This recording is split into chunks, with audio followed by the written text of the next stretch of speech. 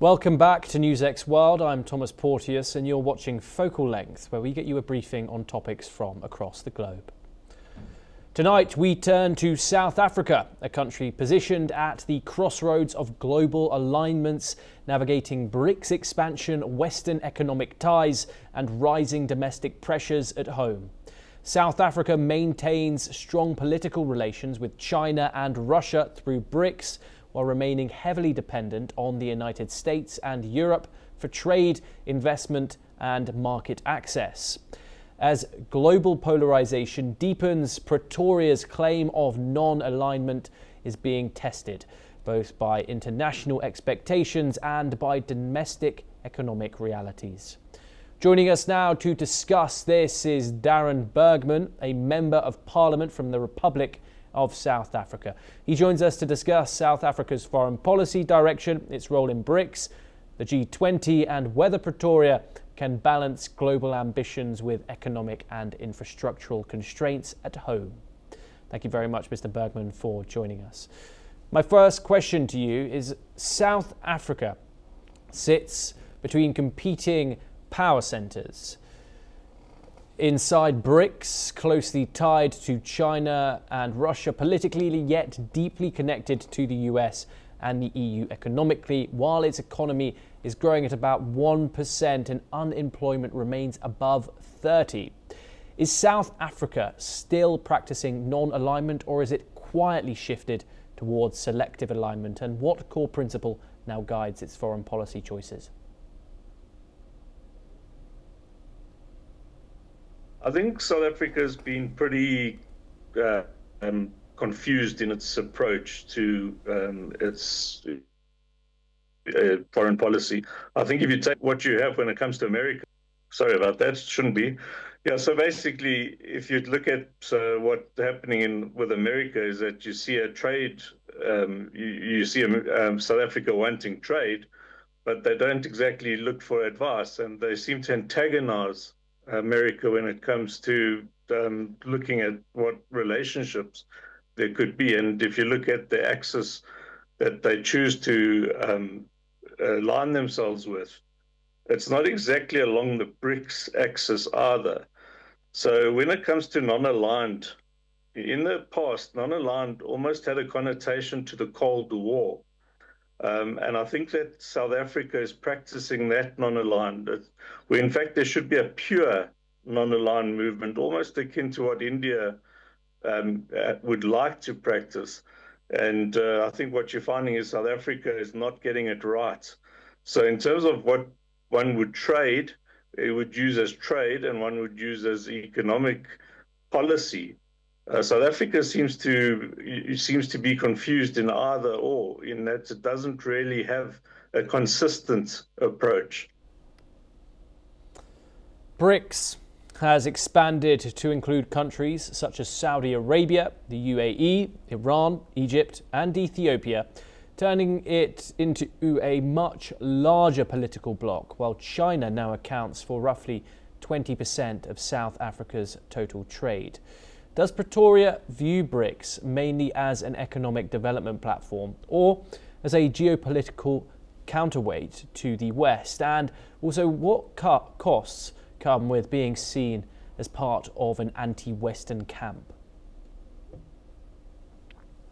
From the beginning, I've always questioned what South Africa's role in BRICS has always been, because if you look at Brazil, Russia, India and China, they are pretty much, you can see the common trend in terms of the size, the economy, and over the years, South Africa never really fitted in terms of size of economy, and even in terms of their, in terms of what their market was, it was never really a fair partner to BRICS. So it was almost the playground for BRICS, and you could see that in the contributions to the bank, the first development bank in BRICS, that South Africa took the first loan, and South Africa's contribution to the bank was never equal. So now, when that was the case, you could see that we were 5 countries aligned, and you could see what the purpose was around South Africa being the strategic, dare I say, the exploitive land where, China and Russia might have found some common ground in terms of lending money and having projects, be it power, nuclear power, or harbors, whatever the case may be. By bringing in all these new countries, you're right. It's almost become a very blurred line of what the objective was for BRICS. It was understandable to have the development bank, but now it seems that it's a competing currency. It seems the objective has been for China to create an alternative currency to the dollar, and yet China sits on probably the most amount of dollar reserves in its reserves. So if you're creating another axis against the West, that's tantamount to antagonism. And then what is your objective in the end? Is it passive? Is it in terms of is it to be still bilaterally trade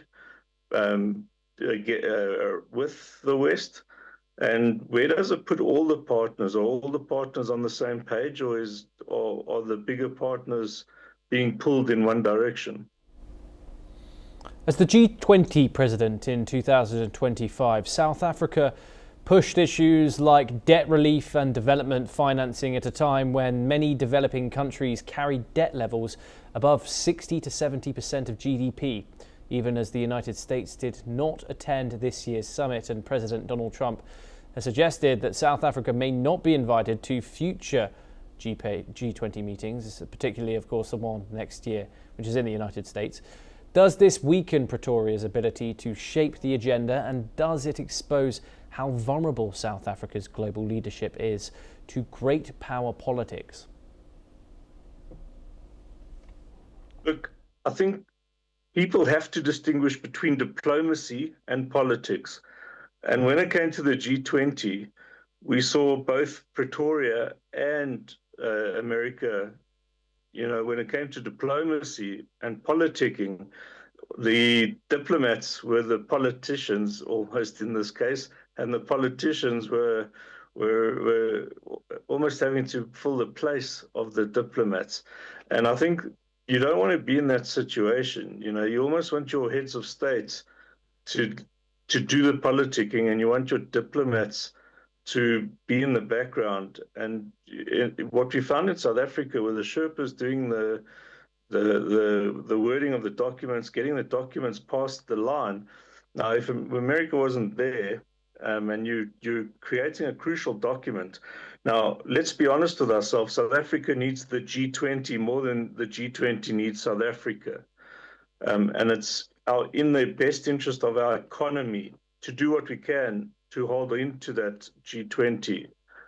Doesn't matter that we have the chair. It matters what happens after having the chair. So we can't flex our muscle as much as we think we can. We have to play diplomacy into the hands of very, very astute politicians.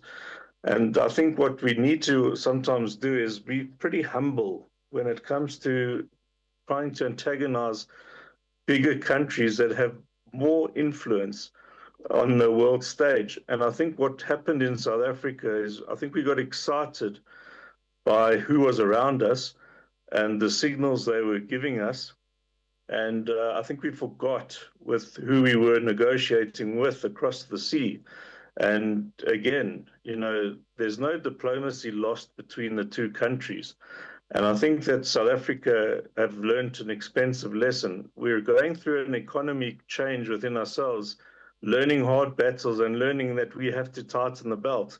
And as you mentioned in your first question, that we have a situation where our growth isn't as high as other countries. And we have to, instead of trying to look for ways to increase the GDP in terms of trade, we have to rather look within and try to see how we can tighten the belt. Because our diplomacy is so skewed and because people cannot get a tight read as to who we're friendly with and who we're not friendly with, and who we trying to, what is our actual foreign policy, they get a hard sense of whether we are allies and whether we're not. And then it does have a spin-off when it comes to trade. So we have to learn hard lessons when it comes to trade, that our economy is not going to grow unless we are more consistent in our approach, in foreign approach, in our decisions that we make at the UN, in our decisions that we make within the G20, that we become more reliable in our word, that we become more reliable in our approach globally, and that we become a more consistent player globally. And South Africa has avoided condemning Russia's invasion of Ukraine, while taking Israel to the International Court of Justice over Gaza, framing both positions around international law. Are these stances the product of a consistent legal doctrine, or are strategic interests shaping when South Africa chooses to confront certain states and not others?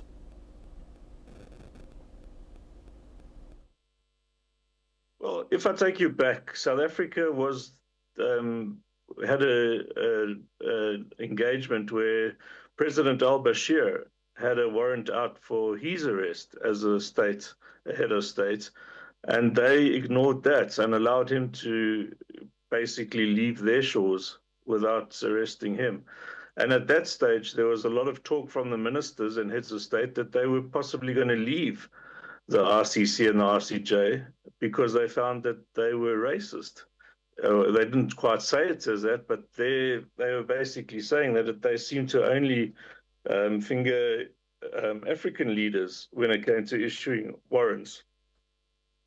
Fast forward a few months, and it's South Africa that's approaching the RCJ and the RCC in a case 8,000 kilometers away from South Africa, when they're quite capable countries around the Middle East that have the money to spend on approaching the RCC and the RCJ for the cases within the Middle East, that didn't approach the RCC or the RCJ, when South Africa itself is being accused of genocide by the US, let's say.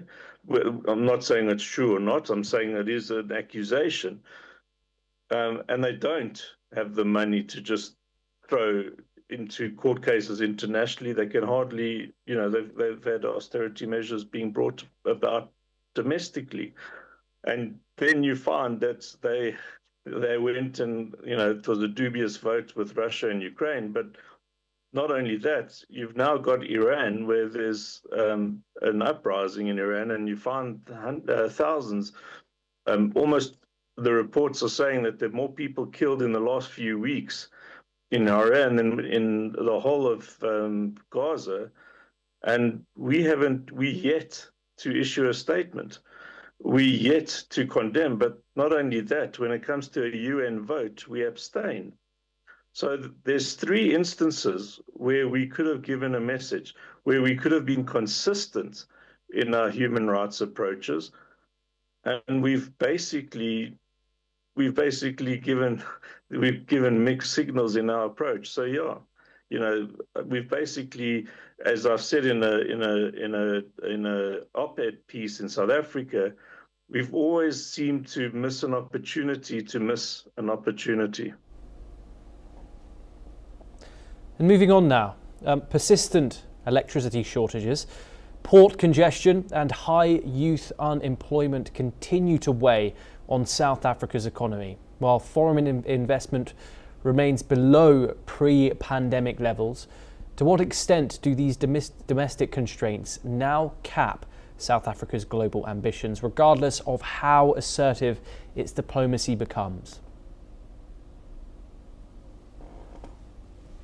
Well, so South Africa's in the market for global investment, and what you've got to show as a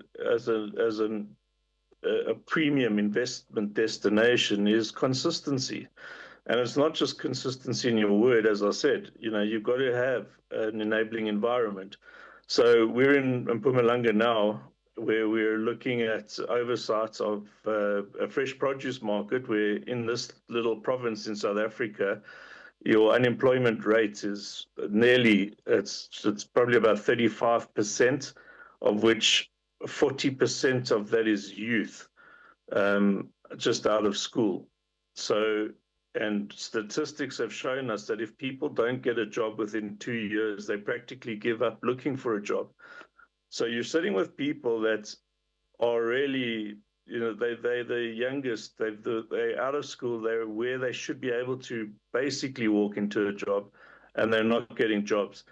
And we go to a beautiful state-of-the-art factory. It's a market that should be able to enable trade from farmer to small business to entrepreneur. They can take fruit from the market and go sell it. And the thing that's keeping that market from being open, and that's kept it from being open for the last 2 years, is red tape. And it's the municipality and the province that are not talking to each other. So something as simple as that could actually help unemployment that's not working. It's a simple push of a button or the ink of a pen that's not helping that. Now, if that's the problem we're facing in our own municipality and our own province, you can imagine that the challenge what would be from a foreign investor for red tape from their side. It's not that youth don't want to work. It's that it's almost impossible to walk through and give someone your CV because there's a lot of red tape that the employer has to go through to get another company opened. And then there's, of course, labor regulations that are harming the industries in terms of trying to get an enabling environment that is fair on labor prices, that is fair on the type of labor you can employ and the skill of labor. So, for me, it's quite, it's almost, dare I say, basic types of can be changed almost overnight to enable the environment.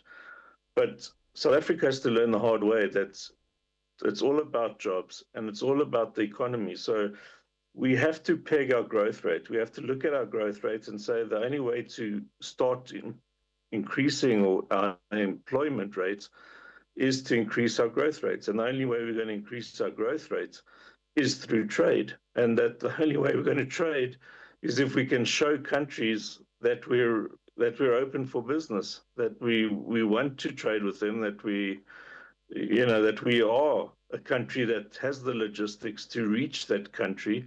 We are a country that has the logistics to receive from that country, and that that we can run a very astute and prudent operation. And that's where I hope we are heading. And it's a state of the nation in a few days, where the president will give us the state of where we are, and I'm hoping to hear some of this. Thank you so much, Mr. Bergman, for joining us here on Focal Length and sharing your insights. And with that, it's a wrap on this episode of Focal Length. For more international news and updates, stay tuned on NewsX World.